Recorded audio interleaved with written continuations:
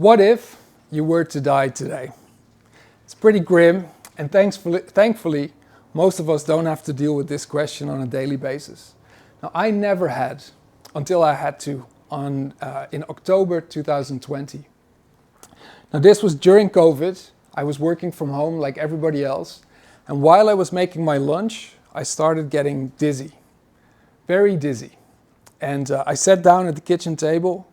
I waited for it to pass a little bit, and when I got up and as I was walking, it was like I was being pulled over to the right side. I thought, this isn't good. And I went to my GP, who thankfully had time for me at that time, and she told me, Sjoerd, it's probably nothing. It's probably stress or vertigo, but just go to A&E just in case to get yourself checked out. It was a good thing I did, because as I was waiting in the waiting room in Tala Hospital, I got very sick. My vision went, I got all blurry, I couldn't see anymore. My balance was gone, so I couldn't stand up, I couldn't walk. The doctors rushed me into a CT scan to look at my brain. And this was me waiting for the results of that CT scan, because I needed to let them know at home that I was still alive. But I couldn't read or write anything on my phone because I couldn't see. I could just about take a selfie.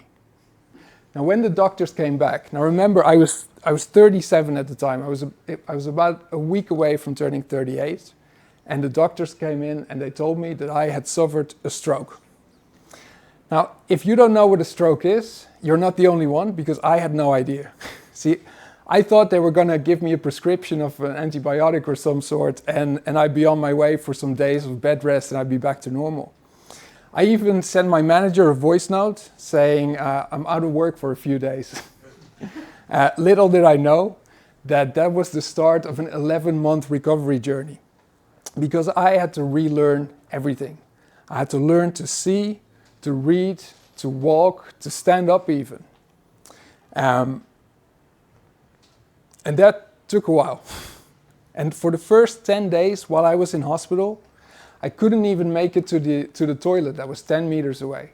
So it was just me alone with my thoughts, lying with my eyes closed in bed. And what that gave me was time. Time to think about what really mattered to me. And guess what that wasn't? I didn't think, I wish I had a newer BMW, or I wish my kitchen was more modern. No. I thought, holy crap, what if I die today? And it made me realize that if I would have died that day, I was concerned about the financial, how I left my family financially. And luckily, I had time to fix it because I fully recovered, but many aren't so lucky. And I probably wouldn't have been if my GP hadn't sent me to hospital that day. But it changed something. It changed everything. Because now I realized that despite earning well above average, despite having all the trappings of financial success, I had not much to show for it. I hadn't looked after the financial security of my loved ones. So this got me on a journey to first fix my own finances, and then to help other people to do the same. Because while I was getting my own financial house in order, my colleagues wanted to know what I was doing. And I started doing Become a Millionaire sessions in work. Now, my colleagues loved it, and I was seeing real transformations happen, but HR not so much, which is understandable because it wasn't my role and I wasn't a qualified financial advisor. But I had already seen the life-changing things happening behind people's eyes when they realized that financial freedom isn't just for the ultra-rich. So I made a decision. I decided to become a qualified financial advisor, and when I did, I left my 18-year career in sales to start my own business. And I've come to realize something, that people are more stressed and worried about money than ever. And think about it. Every week, there's new rounds of layoffs. There's AI coming to replace our jobs. There's real wars. There's tariff wars. People are concerned. But when they come to me, they come looking for the tactics. They want the amazing budget. They want the unbelievable investment, the secret formula. But after coaching more than 230 people on their journey to financial independence, I've come to realize one thing that might surprise you. It is never about the tactics, and it is always about the why. And to help illustrate that, I want to bring you back to 1895, where Austrian founder of psychoanalysis, that was it, Sigmund Freud, he came up with a thing called the pain-pleasure principle. And he used it to figure out human behavior. And as it turns out, you and I were pretty basic. Because everything we do is based on one of two drivers. So everything we do is because we either want to move towards pleasure or away from pain. And when I ask people, what do you think of those two is the stronger motivator? Many people instinctively think that it's pleasure, but this is wrong. So if you're in sales, like I was a sales leader. I've used this for many years because nothing motivates action like pain, which is why I always ask my sales team when speaking to customers to find the customer's wound and to jam their finger into it and twist it around so that the customer realizes how painful it is, because nothing motivates like moving away from pain. But when it comes to our personal finances, we have this equation backwards. Because just like there's two drivers of human behavior, there's also two drivers of financial freedom. And that is one, our spending, and two, our saving and investing. But when you look at these two, most people equate spending with pleasure. The dopamine hit, the new shoes, the nice meals, the lifestyle upgrades. Saving and investing, on the other hand, that's painful. Because people associate that with punishment, with missing out, with something else. And if this is the case, and if moving away from pain is the stronger motivator of those two, we will never do that consistently for long enough. We will never save and invest for long enough consistently. Because it becomes like a New Year's resolution that we drop by February. It's not realistic. But what if we can swap those around? So this is what I did. I managed to equate spending mindlessly on crap I don't need with pain, and buying freedom for my future self and my family with freedom, with pleasure. And this, so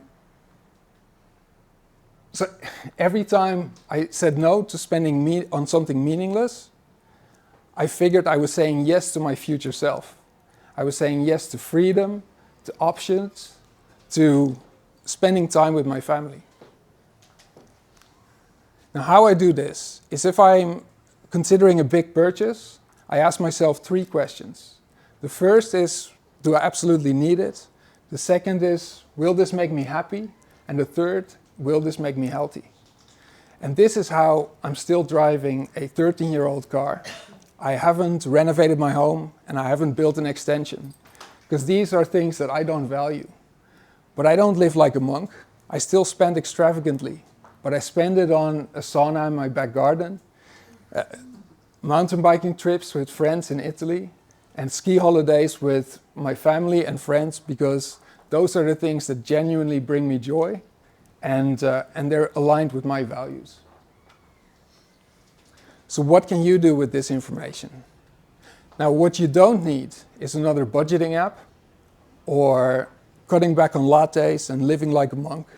And you definitely do not need a crappy savings plan sold by financial advisors. But what you do need is you need to figure out your path.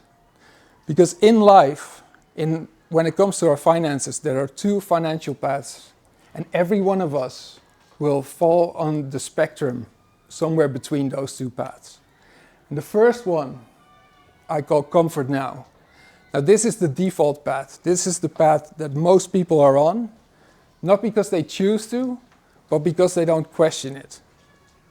It's the path of dopamine, of scroll, click, buy, repeat. it feels good in the moment, but the following day, nothing has changed. No more freedom, no more security, no more time. When you're on this path, you will always be depending on someone else to pay you a salary. And hence the ball and chain. Now there is a second path, which I call freedom later. Now this path is not as popular. It's very quiet and it doesn't get celebrated on Instagram. But this path, every decision you take on this path will help you, will build something better than pleasure. It builds power. Power to choose how to spend your time. Power to walk away from a toxic boss, or power to be with your family, your health, and your peace of mind. The thing about this is that it's not about deprivation, it's about intention. It's about using money to build the life that you want. And once you do that, once you get a taste of that freedom, it tastes really good. And you'll want more of it. And you'll understand that this doesn't feel like sacrifice. This feels like confidence, like power, like progress. And the best thing about this path is that you can start walking it today, one decision at a time. Now, I had a stroke, a brain injury at age 37. I had to rewire my brain to start learning to walk again, to talk again, to see again. But we also have the power to rewire our brains and how we think about money. Because financial freedom is not about how much you have, it's about what you do with it. And Freud was right. We are all moving either towards pain or away from pleasure. But you get to choose what you anchor those emotions to. You get to choose to link pleasure to building your future, to buying back your time, and to creating options for your family and for yourself. You can live a life that is great and work on your financial freedom at the same time. Now, Freud gave us the psychology. Your current success gives you the opportunity. The only question that remains is what will you choose to link your pleasure to? Thank you.